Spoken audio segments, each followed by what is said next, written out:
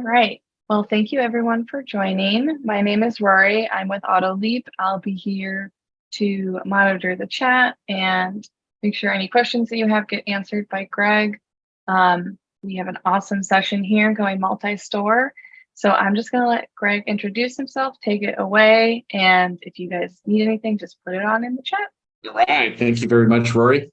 The year was 2007, and I had one shop, and things were going pretty well as far as shop operations. We had more work than we could handle. Things were moving along pretty well, and I get this phone call from a shop owner that a phone call from a technician.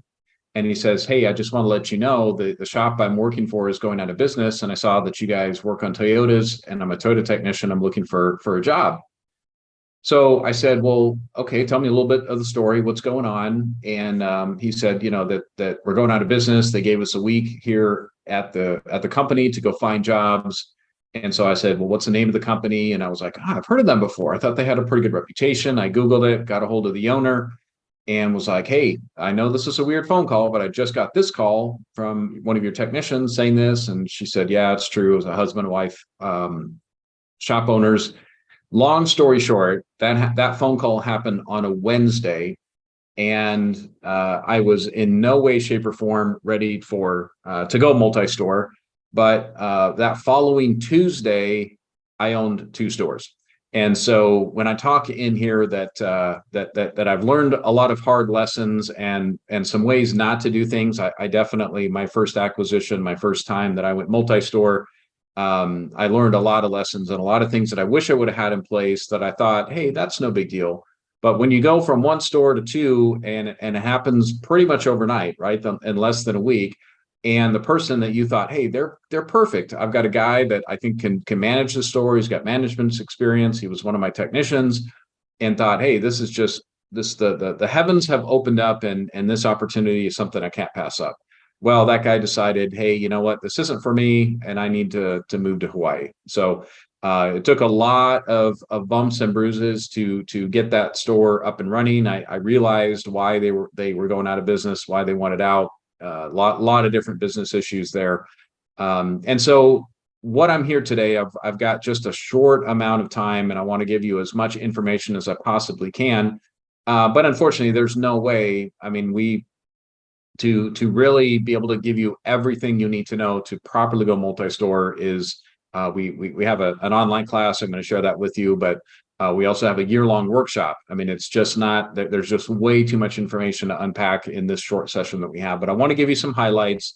I want to give you some encouragement. I want to give you some things to think about as we go through this. So I appreciate the people that are on here. Unfortunately, I can't see anybody, but I know that you're out there. And so if you were with me, I would be asking some of the audience this question. Why are you here, and what does that mean for your future? And in talking to people, I'm always curious. Okay, they come to me. That's kind of what one of the things Transformers Institute is known for, is helping people go multi-store, helping them grow their organization. But I'm asking them why. What is motivating them to consider doing this? And honestly, sometimes people, we end up talking them out of it, right? They have built a lifestyle business. They're making great money. They've got a management staff in place, and really to add this to their plate is not necessarily the right decision for them. Some people, they've got family members they want to grow into. Some people, it's about the profit. There's all different reasons for why people are doing that. So I wish I could ask you what your motivation is. And I'm sure we have people here that are already down that journey. Maybe you're already multi-store and you want to pick up some nuggets. Some people are going, hey, I see this happening. My buddies are doing it. My friends are doing it. There's people in my Facebook group are doing it. There's people in my 20 group, my mastermind, they're starting to do it. And why? Why are people doing this? What do they know that I don't know? And again, I want to share a little bit of that information with you here. So again, glad you're here. So I want to start with this slide and talk about the business lifestyle. And so one of them is for you to map where you are at. And so, looking at this, right, we've got the startup, and this is generic for any business. This just isn't auto repair, but this is business in general, where this chart comes from. But we most of us were technicians, started out, and for various reasons, right? We thought we could do it better than the previous owner. We just had that entrepreneurial curse that Michael Gerber talks about, or that entrepreneurial seizure. Some of you maybe that you inherited a family business. Some of you might have bought a franchise, might have bought a shop. You decided to get out of corporate America. All different reasons. But most shop owners that I talked to started from scratch. They started in that startup stage. And then we go through the growth stage, right? We're setting up systems and processes, or we should be. We're hiring people. We're getting things formalized. We're creating our identity. And if you think about it, for those of us who are parents, and as our children grew up, right? When they get in that age and they start realizing who they are as an individual. And I like to say, the independent world is independent shop ownership, right? There's a reason that we have that word independent in there, is because we're a bunch of independent people, and we want to do things our way. And that's not why we didn't buy a franchise or something like that, because hey, I want to do this my way. So that's in that growth stage. You're kind of figuring out your identity, who you are, and then getting established. And a lot of shop owners stop at that point.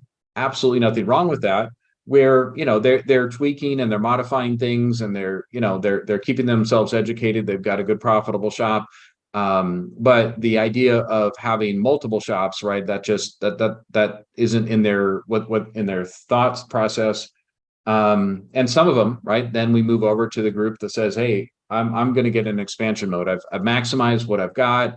I've got people that I need to be able to provide opportunity to grow and to move up. And hey, I've got this buddy that called me down, the town over. He wants to sell me a shop. All these reasons come up, and then we get into expansion mode. And then you got this mature mode. And, it's interesting working with a lot of shop owners that are growth mindset. I don't see a lot of people, at least that I work with, are just in that mature, hey, I'm taking it easy. I got everything dialed in. And I'm just not sure, right? And that's where we're talking about exit. We're going to talk about acquisitions here as we go through this hour, and then the exit. And there, I've got some friends that have grown a multi-store empire, people that have grown a single store, and decided that it was time for them to exit and move on to either retirement or different activities. And so there's that stage in business. And unfortunately, a lot of us do not prepare our business for exit, or we think, hey, that's so far down the road that I'm not even going to think about it. Well, it's something that there's never a better time than tomorrow or today to start thinking about your exit strategy. And some people say, hey, you know what? I want to go through a growth mode and expansion, and I want to build value in my company before I look at exit.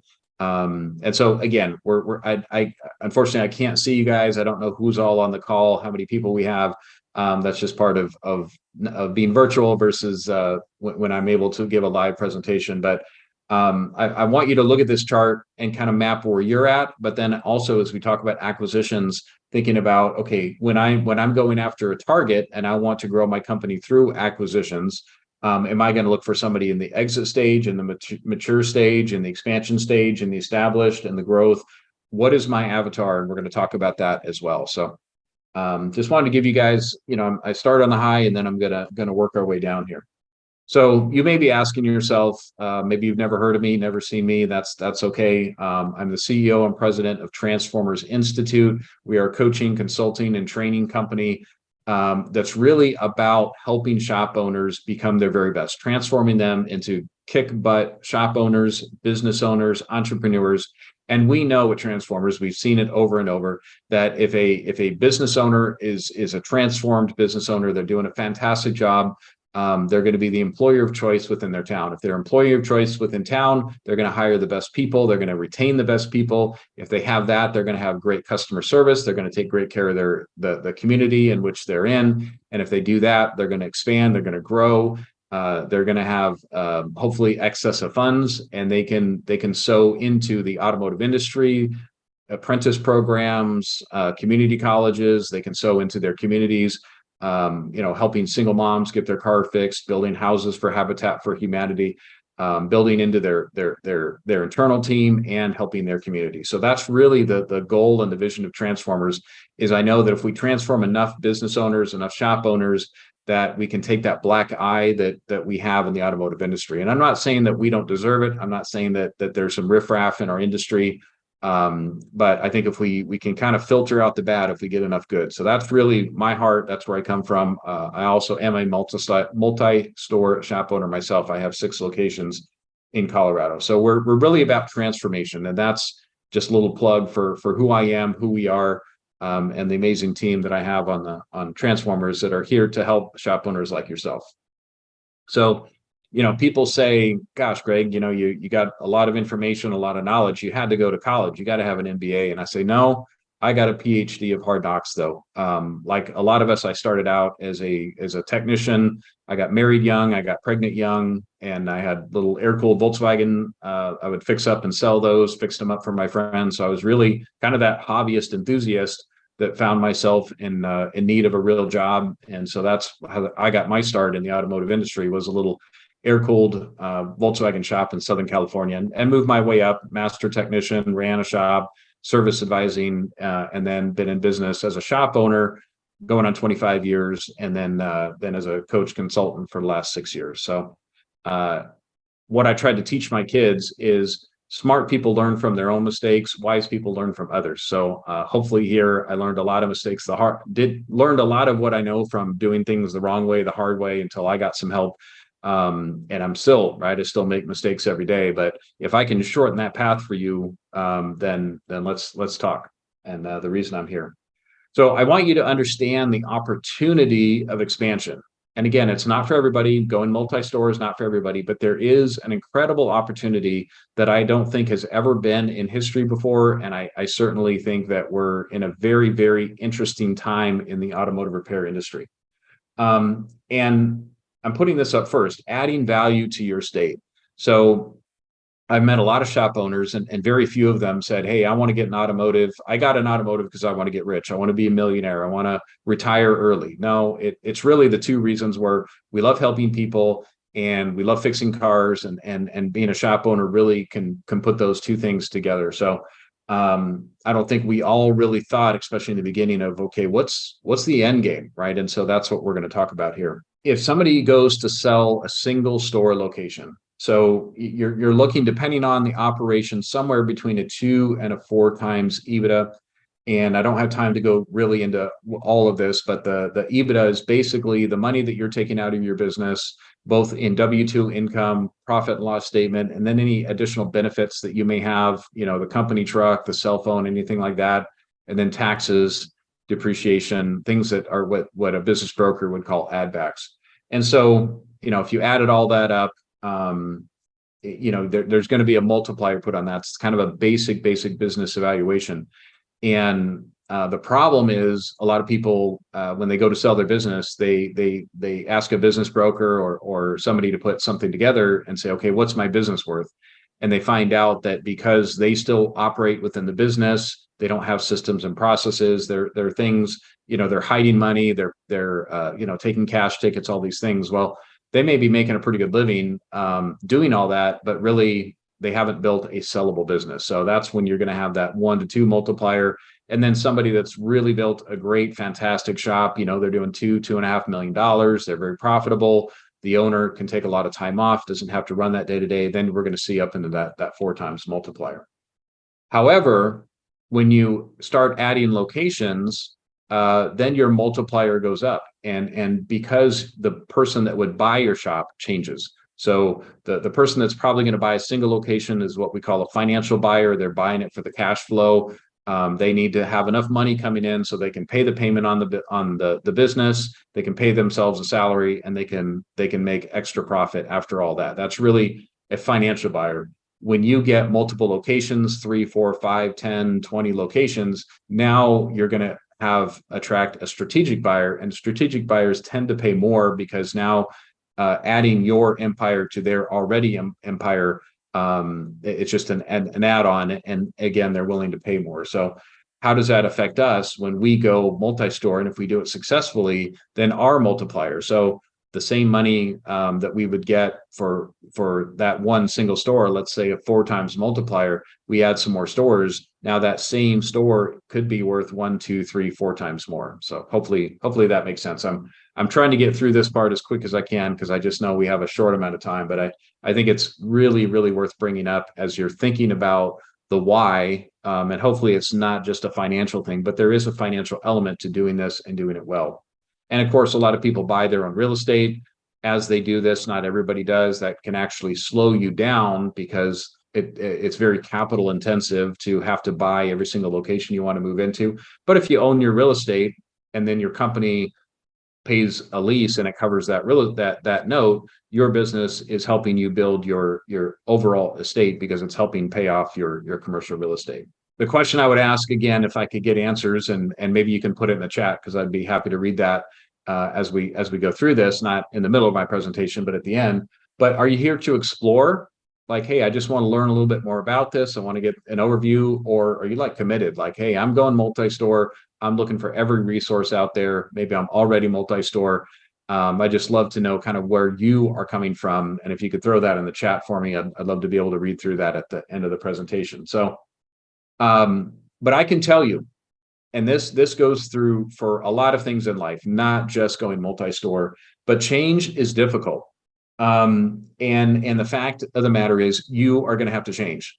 And we're going to talk a little bit about that further here in the presentation. But at the end of the day, the person and the leader that you are now needs to be different when you go multi-store. If you're still fixing cars, if you're still selling service, yes, those are things that are right now very beneficial to your business. I'm sure it adds money to the bottom line, but you cannot continue to be in those roles if you're going to grow. It really becomes more of a leadership. You're dealing a lot more with people. It's more strategic. And so internally, and you have to look in the mirror and say, either I'm ready to grow and I'm going to experience some uncomfortable things, or hey, I'm going to stay in my comfort zone. And you're going to have to be better. You're going to have to be a better leader. There's things that you're going to have to be better at interviewing people. You're going to have to be better at hiring people. You're going to have to be better at firing people. You're going to have to know your numbers better. You're going to have to learn commercial real estate. You're going to have to learn zoning laws. And I got all kinds of stories that parlay into that. But you're going to have to understand that you're going to have to be better for this to work. And then you have to know why you're doing it. Because when you lay your head at night and you think, what the heck am I doing? Why am I doing this? Man, I had this thing by the tail. I was making good money. I was taking 6 weeks off a year. And now, this store is supporting this store. And, I can't, I'm working 7 days a week. I'm not going to say there's ways that you can help eliminate some of that, but some of that is going to be a reality and hopefully it's for a short season. But if you don't know why you're doing what you're doing, it could be easy to say, you know what, I give up. I'm going back. I'm shrinking back, and nobody really wants to do that. Plus, the image that's going to give your clientele, your employees, if you just said, you know what, I'm bailing on this, that's not going to be good. So you need to know your why, and you need your people and your team to know your why for them to be able to get behind you and this growth that you're trying to do. And not everybody may get behind you, and we're going to talk about that a little bit more here. Growth requires risk. Okay, rejection. That could be from a family member. That could be from employees that you have. Like, hey, what happened? You used to tell us we're going to stay small and keep it all. Well, now I want to grow. You may get rejected. You may get people that don't want to go on that growth journey with you, and you have to be okay with that. Criticism. Man, you're not ready to do this. You don't have the business acumen. You don't have the money. I mean, you all of these things, right? And you put it on Facebook, and you're gotta have a love-hate relationship with Facebook. But I'm on some of these owner chats, right? And hey, I'm thinking about going multi-store, and 5 people pipe in. I did that before. I got my butt kicked. You're an idiot. Why would you do that, right? So there is going to potentially be criticism. My brother, who I love dearly, when I was moving and growing the company, he was critical. He was like, "Hey, you've got 4 kids at home. You're spending a lot of time. Are you sure that's what you want to do?" And looking foolish. There are things that if you don't know, you're going to step on some landmines. It's okay, but looking foolish is definitely going to play into the equation. And again, you got to be okay with that. It also, there's an element that, what if you're wildly successful? What does that look like? There is a risk in being overly successful. And again, I don't have time to dig deep into it, but some people, they are mentally not at a point where they can accept success, and they will crash and burn because their self-image does not match the level of success that they've attained. And we see this all throughout Hollywood. We see this in corporate America, where people have achieved a level of success they never thought possible, and then they blow it all up. So it is a real risk. And then I'm going to say this, right, that to stop working to please others and strive for your standard of excellence. Coming from somebody that is a recovering people pleaser, some of my friends would say, how deep into recovery are you? Reality is that if you're trying to do all this and make everybody happy, you're going to put yourself in an early grave. And believe me, that's something that I struggle with. So I know that I do want everybody to be happy. I want my clients to be happy. I want my customers to be happy. I want my vendors to be happy. I want my employees to be happy. But at the end of the day, there's sometimes you got to draw a line in the sand and said, hey, we are moving forward, and we're going to experience some pain, and that's okay. There's victory on the other side of this. Whenever we change, right? And just to quickly review: tension, anxiety, fear, and stress. Those are natural things. And if you're not willing to embrace them and know this is in my future, then again, you may not be quite ready for this. You think of the men and women that serve our country and go through special forces training, go through SEAL training, go through Marine boot camp, and all these things. You have to know when you go into that right, there's that whole ring the bell thing, that people are going to bail on this because they have not mentally prepared for the tension, anxiety, fear, and stress that it's going to take to get the reward of being in that position. So a lot of similarities there. So hats off to the men and women of the military that have been through that process and know exactly what I'm talking about. A process that I went through, and I, if you've ever seen me present, I have this in almost every slide or almost every deck that I present, because it's so important. And that is that I went through a transition. Again, I was started as that Volkswagen mechanic, worked my way up, became a master technician. I was the car guy, right? I was, at one time, probably one of the top diagnostic technicians. Well, things just came very naturally to me in that I had natural gift with working with people, being able to explain things. And so I took a lot of pride in being, quote unquote, the car guy. And I was at an event similar to, it was a live event, but it was similar to the event we're attending all today. And the question was, what is holding you back from getting you to the next level in your business? And it dawned on me that I had taken so much pride and energy in being the best technician or the best service writer that I wasn't working on myself being the best business owner. And so I realized I had to put my tools away. I stopped taking ASE tests. I stopped going to technical classes and said, hey, I've got to focus. I don't have the chip space in my head to have all of that and be a great business owner. So I let those things go, and I really worked on my business acumen. So that's where I'm coming with that I had to become a business person that is in the automotive industry versus the other way around. So hopefully that makes sense. Now, do I have a couple shop owner buddies that I know that they got more, that God gave them a bigger brain or more horsepower than me, and they are like all up on the technical and really good shop owners and business people? Those guys are out there, but I just knew that I couldn't keep both of those things in my brain. The other thing that's very difficult when it comes to scaling and growing, and Vern Harnish, she wrote the book Scaling Up, is letting go and trusting others is the most challenging aspects of being a leader of a growing organization. And Vern talks about, right, most businesses in America, they get to 9, 10, 11 employees and they stop. And statistically, that's because the owner of that business, again, this is not automotive, this is small business America, is they want to be at the top of that pyramid. They're probably one of the smartest people, the visionary of the company, but they're not comfortable delegating. They're not comfortable letting things go. They're not comfortable training other people. They don't know how to do that.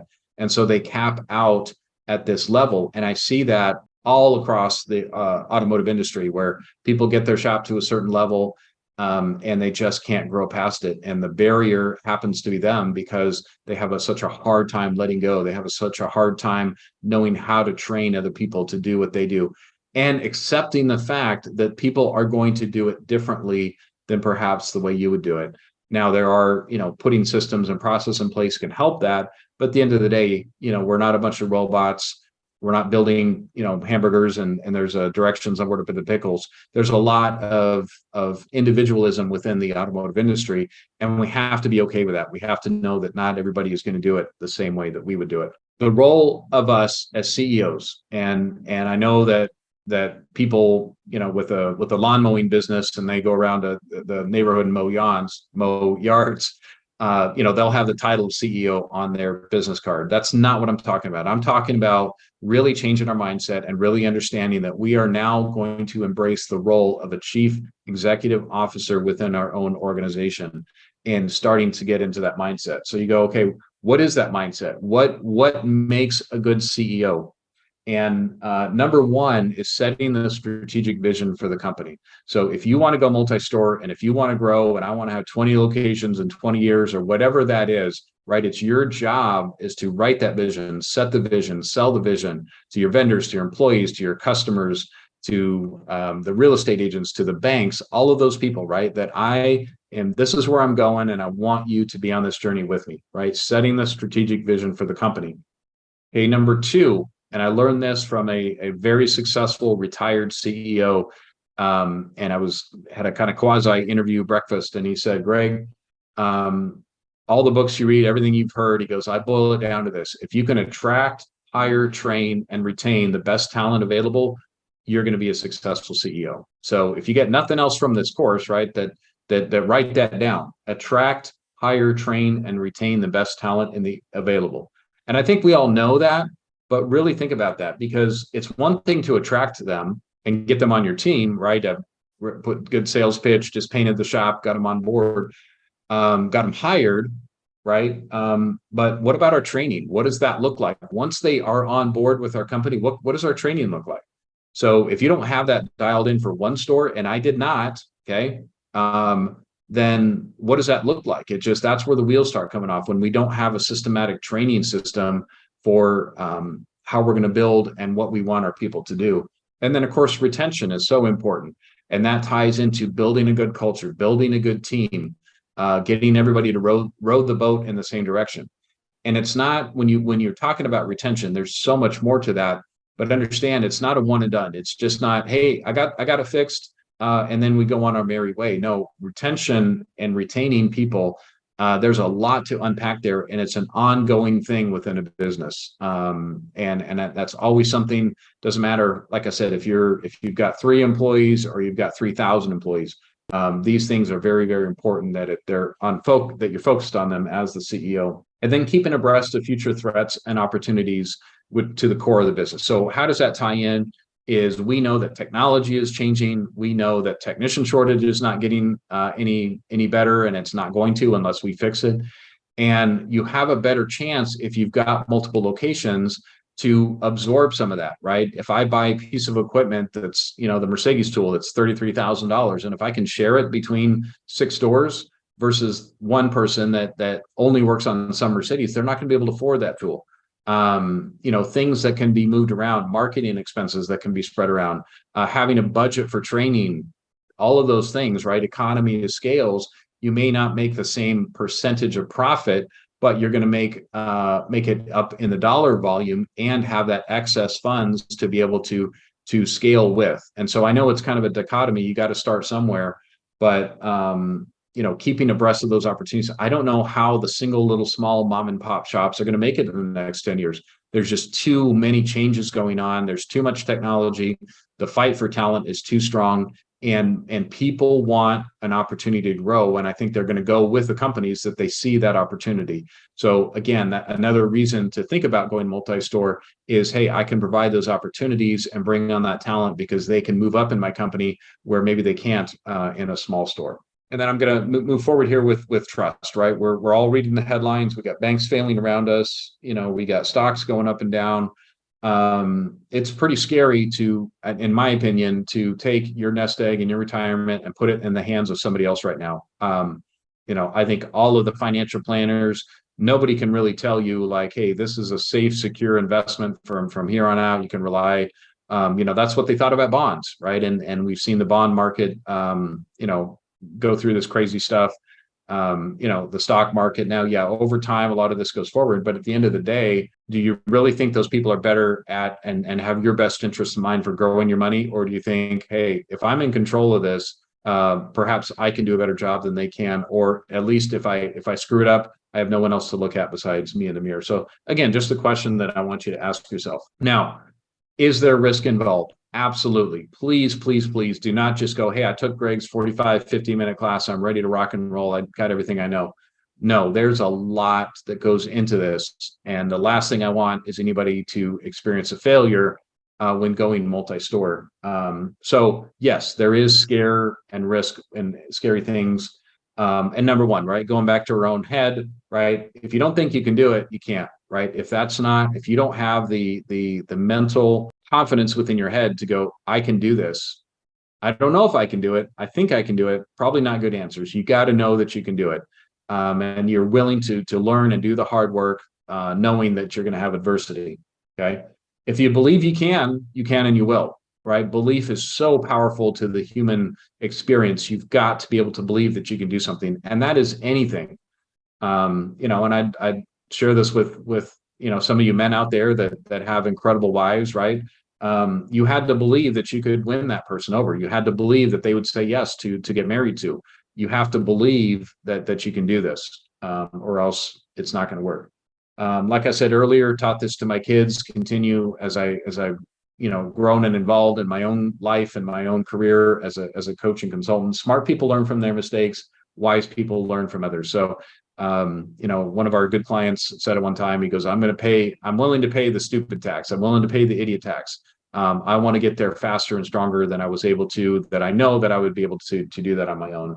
And again, that's something, if you're interested, I'll have my contact information. We can chat offline about how we can potentially help you with that. I'm of the age, I know I don't look it, but I'm at the age of when Scooby-Doo was one of the only cartoons, right? It was me and my brother, and we had that Zenith dialed, we'd have to get up to change the channels. Well, every Saturday morning it was cartoon time. And every Saturday morning growing up, it was Scooby-Doo. And what happens for those of us old enough at the end of every Scooby-Doo episode is they unmask what they were trying, what the fear was. So, it was Uncle Joe. He just didn't want the kids playing in his cornfield, whatever it is. And so if we can start unmasking some of those fears and go, hey, I think we can take the mystery out of this. We can take the fear. We can look at the facts and what legitimately it takes to be able to do this and to grow into multi-store. So number one, the very first business book I ever read was The E-Myth by Michael Gerber. And I love this, what he says. Every area of the business must be systematized, organized around business functions, not people. A lot of our businesses are built around the talent and the people that we have, and we don't have any kind of training or replacement system. If something were to happen to those folks, that we're going to start all over. We need to find another good person to fill that. So I'm not saying we don't need top talent, but top talent and good systems and processes is really the winning formula. Build systems with each business function. Let the systems run the business and the people run the systems. People come and go, but systems remain constant. So very, very powerful statement. Very true. Much, much harder to accomplish in real life. It's easy to say it. I understand that. And again, within my businesses, we're still working on these things too. I've never met somebody that had it all figured out. And we're all a work in progress, but be thinking about that as you're looking to scale. And then I always have to ask, how strong is your foundation, right? We've got, I don't know how clearly you can see that on your screen, but we got somebody that's obviously put thought and engineering into building a strong foundation. We've got this other thing that's, stacked up on tires. So I always want to start with that. How strong is your foundation, right? So just quickly, and I know this thing is flying by here, right? To score yourself, right? What are your people? Do you have the people right now that can run your operations without you? Do you have the people on staff that can help you with that next door? Or is that something that you're going to have to take on? What do your processes look like? Are they duplicatable? Are they trained? Are they known within your organization? Do you have enough profit? Are you making profit in your current locations? Because if you're not, that's the first place to fix it. Do you have enough cash on hand? more businesses fail because they run out of cash more than they run out of profit. And fast growth eats cash fast. Let me say that again. Fast growth eats cash fast. So having cash reserves, whether that's a loan, a line of credit, or actual cash in the bank, do not go into this underfunded because you need to be able to weather the storms. Are you passionate about it? Right? What does that passion look like? Again, that ties back into that why. And is that something that's going to drive you and keep you moving forward? And do you have a plan? And we're going to talk just on very highlights about putting a plan together. Perseverance. Are you somebody that sees things to the end? Are you somebody that says, burn the ships, I'm moving forward, hell or high water? Do you have peer support? Are you trying to do this on your own? Right. And maybe that's something that we can talk about. Like, no, Greg, I got a lot of this, but I don't have that peer support. How can I get that? Right. And that's something that we can definitely offer. Your physical fitness, right? These journeys, I mean, they can be stressful.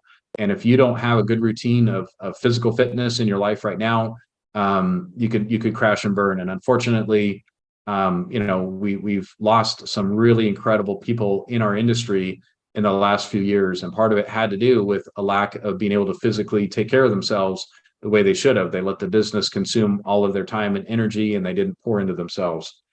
Do you have partners, right? Whether that's a spouse, a child, a business partner, a friend, are they all on board on this? And what do you have to do with those people in order to move forward and have those conversations? And then creating a pathway. And again, we're gonna touch a little bit on the pathway piece of this in the next 20 minutes, and what that journey can look like. But that needs to be mapped out. It needs to be strategic and methodical, or else it's just not going to happen. Or if it does happen, we end up going after the wrong thing. So my opinion, and this is just my opinion, is expansion right now. The easiest and best way to do that is through an acquisition, meaning a shop that is already up and running. And there's all different aspects of that, right? You've got the one-man band all the way to, another multi-store location organization. Some have good systems and processes, some don't. Some have, the employee, or excuse me, the owner working in the business, some don't. Like, there's a lot to unpack there. But the beauty of an acquisition is you have built-in cash flow, you have equipment, whether it needs to be upgraded sooner or later, at least something that you can get started with. So cash flow, equipment, hopefully employees, hopefully a customer base, right? All of those things that, if you think back when you started your shop, were very, very, very expensive to get all of those things in place, and probably took a number of years to get up and running. Now, is this always the right answer? Absolutely not. There's times that you need to build a location. There's time you need to buy a building and move and start from scratch. And I don't have time to go into all that. But at the end of the day, if you can do a successful acquisition, that is definitely the fastest way to grow and get things ahead. I heard somebody say it one time. They said, why start from the beginning of a race when you can grab the torch in the last 100 yards and still win the race? So that's the beauty to me of an acquisition. And again, I talked about this a little bit earlier in the presentation, that if you buy something at a 2 to 3 multiplier, then you should be able to have the cash flow from that business, be able to pay the debt on the business, be able to put profit back in the bank, and pay yourself something for that. So, and that's where financing comes in, right? SBA loans, there's all different financing strategies to be able to buy a business with. But if you can keep that payment lower and you can cash flow the acquisition, then even though you're paying a 2, 3, even sometimes a 4 multiplier, it still is overnight starts putting cash back into your bank account. And that's the name of the game here, right? And that's not going to happen if you greenfield. If you've got to start from scratch, it's going to take a lot more time and momentum to get that cash flow positive. So developing your acquisition model. And I apologize, I'm speaking fast here, guys. I know this is really, like I said, a very long course that I do a deep dive into a lot of these things. And I've got another coach on my team, Troy Kaplan, that built 25 locations, and we teach this together, and it grows into it. But identifying who's my acquisition, and we're going to talk about that a little bit. How do I value it? How much do I pay for it? And that's always It's not a magic formula. You don't just go EBITDA times 2 or 3 or 4. There's a lot that goes into that. The location, the people that you're getting, the database that you're getting, how well did they keep their records? What do their systems and processes look like? All of those things go into an evaluation strategy about what you should be willing to pay. Does it include the real estate? Not include the real estate? What are the finance options? Is it going to be owner carry? Do I have to pay cash for it? Do I have to go get a loan for it? What are the pros and cons of that? Do I buy the real estate? Do I lease the real estate? You need to know, you need to have your options in your head. What is the negotiation strategy? And that's going to be different. If I'm buying a broken shop and I know that I've got to, go in and rebuild the engine, my negotiation strategy could be very, very different than something that just needs a really minor tune-up and they are ready to rock and roll. And then you got to know when to walk away. And a lot of times we fall in love with the deal and we keep working hard to make it work, and it's just not the right deal. And that could be because of something with the seller, something with the location, something with the database. There's all kinds of reasons, but you need to know ahead of time, hey, if it gets to this point, then I need to walk away from this deal. And before you get emotionally involved with it, I think we've all told our customers, right, that their car needs so much work that the best thing to do is to trade that puppy in and get something else. And so sometimes that happens when we're looking at buying a business. There's just so many things to overcome, and the price isn't right or whatever it is, that it's really best, let that one go to the scrapyard and let's look for something else. All of us do pre-purchase inspections similar to that, right? You got to be able to know when to walk away from a deal. So we're going to talk about defining your avatar, right? Who do I look for? Where do I even start this, right? Number one is how many bays. I got clients that want 3-bay shops. I want clients that want 8-bay shops, and I got clients that want garage mahals with 12 or 15 bays. And there's an argument to be made for every single one of those. But it depends on what you want, what you're used to, right? The 2 or 3-bay shops can be very profitable. The overhead is lower. But what happens when somebody calls out sick? What happens? There's things that you're basically going to have to ask your technicians to work one technician per bay. Well, that's not your model, right? So maybe you need that 8-bay shop, maybe you need that bigger shop.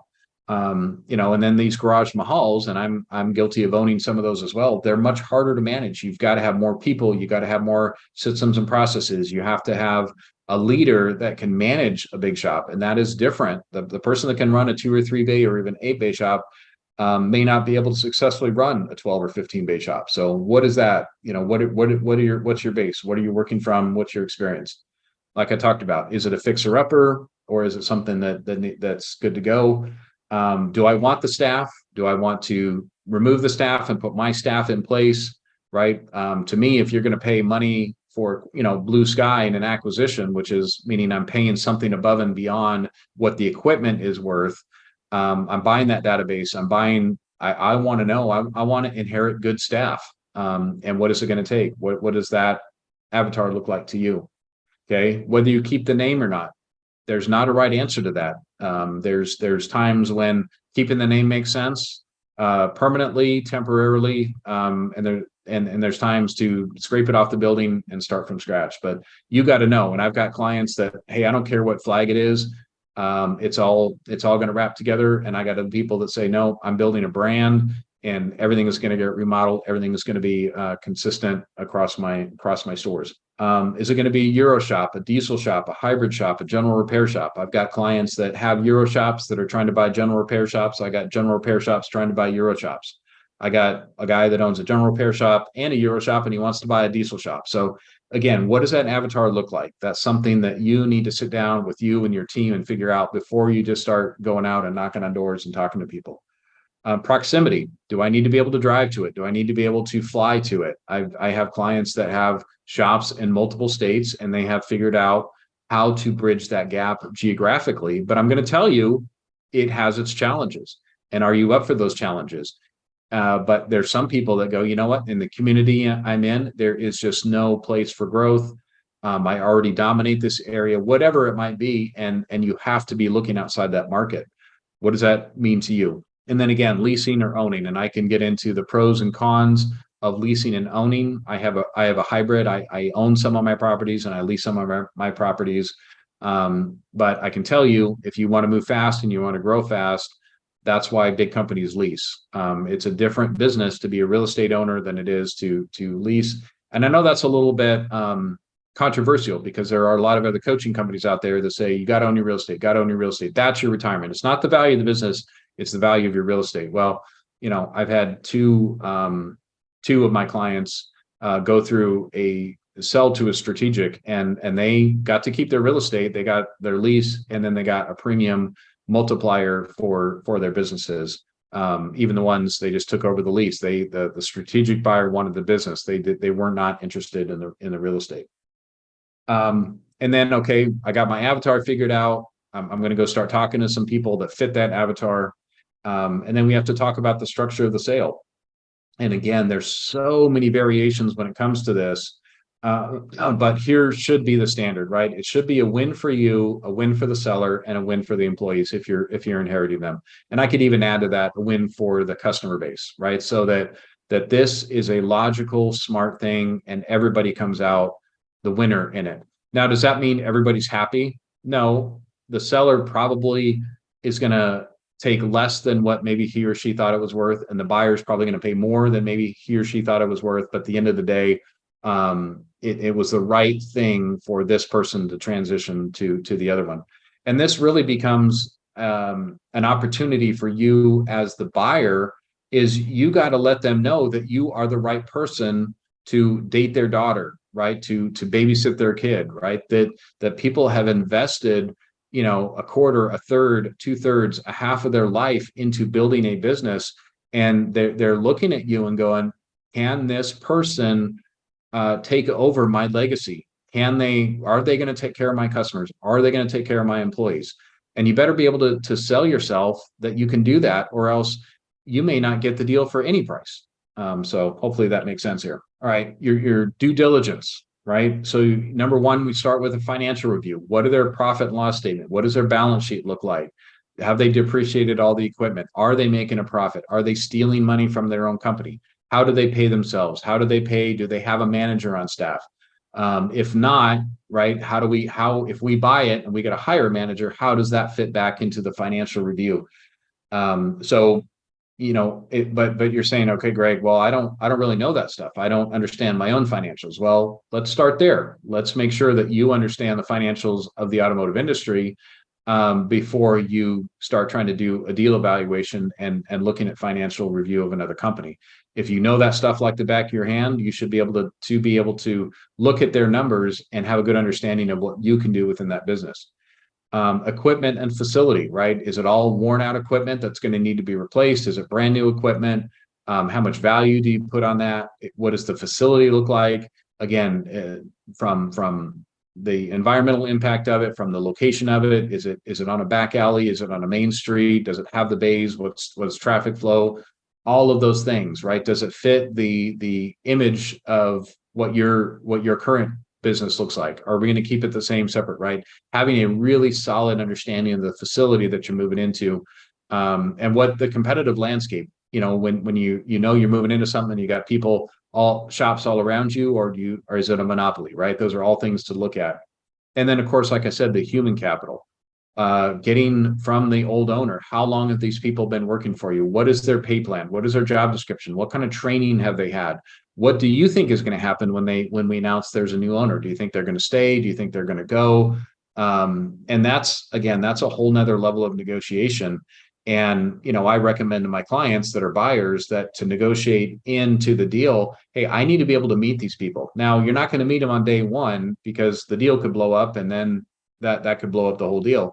But within a week or two of closing on the business, you need to be able to have a sit down with those people, and they need to understand who you are, what your vision is, what you want to do with the company, what opportunities by being a part of this new company that they're going to have. And again, if I'm going to pay some blue sky for a company, I want to know that I'm also acquiring some good human capital, some people that are going to be able to help me run that shop. Unfortunately, it has never happened to me or to one of my clients where they bought a shop, the announcement was made, and the next day nobody shows up to work. That's my fear for myself when I'm doing these with one of my clients, but it is a reality that certainly has the opportunity to happen, but putting things in place to offset that could be put in place. The other thing to know is looking at their KPIs, what are you going to fix, right? So for some of you, you are like ARO masters. Like we're going to put in a digital inspection process. We're going to put things in that we know have proven that we have done to raise our average repair order. And so when I'm looking at them and they're at 350 and my store's at 700, and I know how to get us there, right? So the car count's there, but I need help with ARO. Other ones, you may say, hey, they don't have a lot of car count. And so maybe you're a master at marketing or you know somebody that is, or you call us for help or whatever that is. Hey, I got ARO and I got margin. I just need more cars. And they're out there in the neighborhood. They're just not doing a great job marketing, right? You need to know the margins. Now, this can be dangerous, right? You may know, hey, I know what margins I need to make money at, especially because you're buying this and their margins are way below that. Not only knowing that you can raise them, but how do I have the sales training process in place that people are going to now, if people are used to paying a certain price and I'm going to raise the price in order to raise the margin, how is that customer base going to react to that? So that's something you need to think about as well. And when they go, wow, when Joe owned this thing, I didn't pay near that much for a brake job, for an oil change, for a set of tires, whatever that is. If you need to fix the margin, you also need to think about the sales process in order to get the margin that you need, that you know that you need to make that money. The organizational match. I'm sorry to Yes. interrupt. We're actually at time Okay. now. I just want to make sure that we have enough time for everybody to get to their next session, but they will get a recording of this, and I think we can also share your slides with them as well. Okay. All right. Well, transformersinstitute.com. We do have an online course for this. If anybody wants to get a hold of me, it's real easy. It's Greg at transformersinstitute.com. I was afraid of this happening, but yeah, there's just so much to unpack here. I appreciate so much of your time, and we'll see you guys soon. Thank you. Thank you, everyone. See you in the end of day recap.